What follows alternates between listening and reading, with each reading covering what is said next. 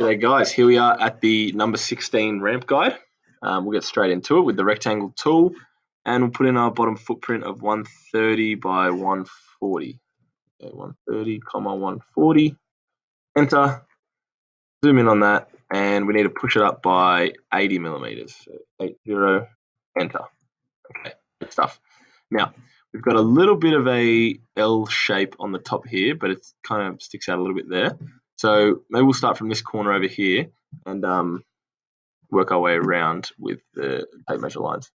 So we can see that this part here is 40 millimeters thick. So we'll go 40 millimeters in, and we'll draw that line straight the way across to 130. All right. The next bit, we can see that this, where it turns the corner for the L, is 90 millimeters in from that edge. So we'll go from here, 90 millimeters in. Perfect. We'll draw that one straight the way across, 100. Perfect.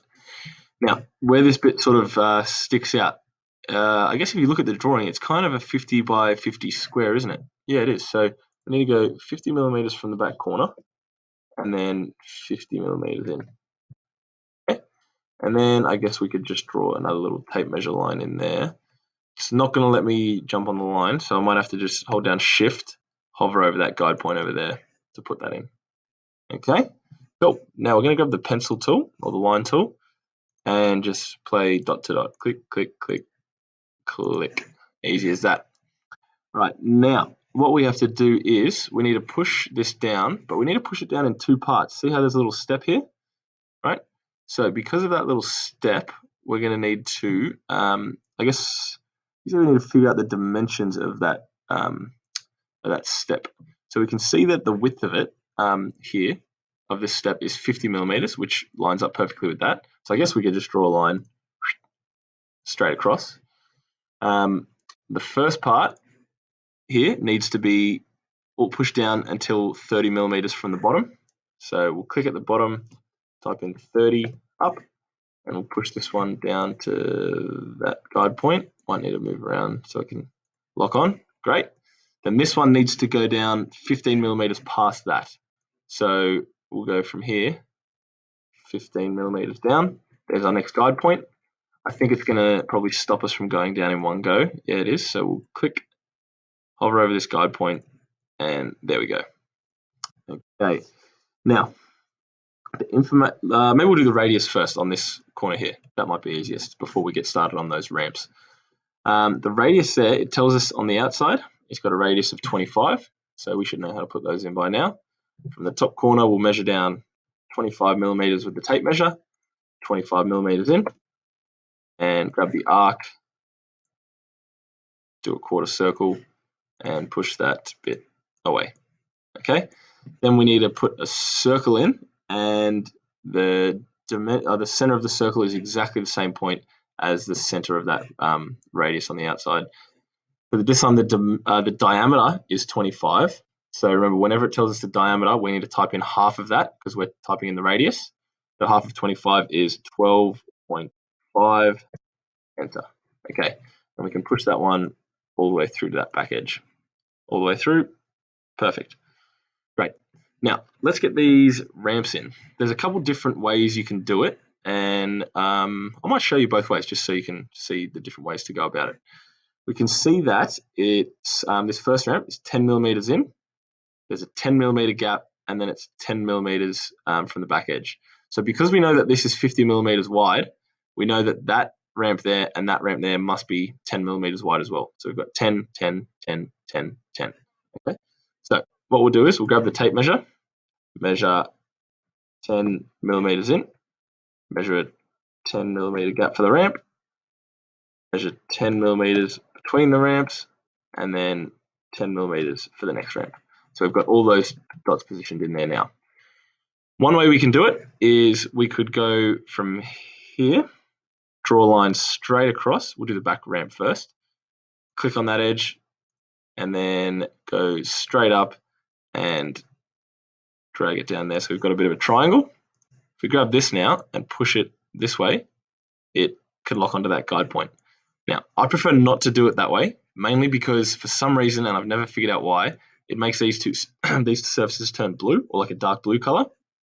So I prefer to do it the other way. Sometimes in different applications, you might get it to work by doing it like that.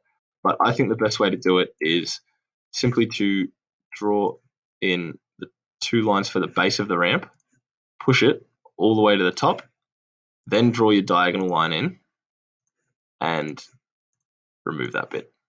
Make sense? Right, so I'll do it again. Draw the line straight across there, make sure it stays on the red axis. Straight across here, make sure it stays on the red axis. Push it up to the top and draw your slope in from corner to corner. Perfect, look at that. Okay, that's everything in bar the circle that goes through both pieces. Now, here is where you're going to learn another new trick, which is going to come in handy in some future drawings. To do this trick, instead of marking out the geometry on this ramp and on that ramp, because it might be a little bit tricky to actually get in there and mark correctly because it's such a tight space, one thing I'll show you how to do it is we're going to use these tools up here. They're called our solid tools, right? We have I think it's called the outer shell, intersect, union, subtract, and there's a couple more if we move across, but I think we just need the subtract one. So to use that effectively, what we need to do is, the first thing is we need to highlight with the select tool, grab the select tool, highlight the whole shape, right? So everything's highlighted. Alternatively, you can triple click on the shape, 1, 2, 3, and it'll select everything. Then we want to right click and we want to click make component, okay? What that's going to do is it's going to make this, what we've done already, its own shape, I guess you could say. It's its own thing. So we'll go make component, call it component 1. Great. Now that's a solid shape. Now, because I'm not editing the component right now, you'll see if I go to use the push-pull tool on it, I can't actually select anything. If I want to be editing the shape, I need to double-click on it and see how this dotted boxes come around. Now I'm within the component, and if I wanted to, I could start moving things around again, right? I don't want to do that. All I want to be doing is putting a circle in both of these shapes. Now, because I want to do them both at the same time, that's why we've made one component. The second component we're going to make is a cylinder that starts here and goes all the way through both ramps. So what we need to do, we make sure we're not currently editing the component, grab the tape measure, and our dimensions are 15 in from each side, and the diameter is 15. So we'll get that marked out, 15 in this way, 15 millimeters up, and then grab the circle tool. And because it's told us the diameter is 15, we're going to type in 7.5, which is the radius. Now what we're going to do is we're going to push this one. I prefer when we're doing this, sometimes it works if you just go to the edge, like on the edge there, but I prefer to go a little bit further, right? And from this one, drag it out this way so that, see how that cylinder is going all the way through both ramps? We're then going to make this cylinder, triple click, make a component, and call it component 2. That's fine. So we've got the cylinder component and the main shape component. What we want to do is we want to go up here and we want to choose the subtract function. And if we read that, it says subtract first solid from second and keep only the result in the model. So we need to highlight first the one we want to subtract. So we want to be subtracting this part here. So we have that selected. We click on the subtract button, and then we click on number 2, and look at that. It's put a hole through both pieces, through both parts of the ramp, okay?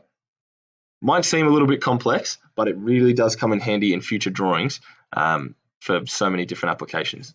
So solid tools, make sure you do it in a component or it won't work, but we'll get a little bit more in depth into that in future drawings where we need to use it a bit more. Okay, so if that's all done, can't see anything we've missed, perfect. We'll go edit, delete guides, and we can save it into our folder. Where is it? CAD Activities, and that's number 16 ramp guide. Perfect. Save that. All done. All right, we can go File, New. What's our next drawing? A drilling guide. Oh, geez. A lot of dimensions on that, but step at a time, we'll get it done. I'll see you over there.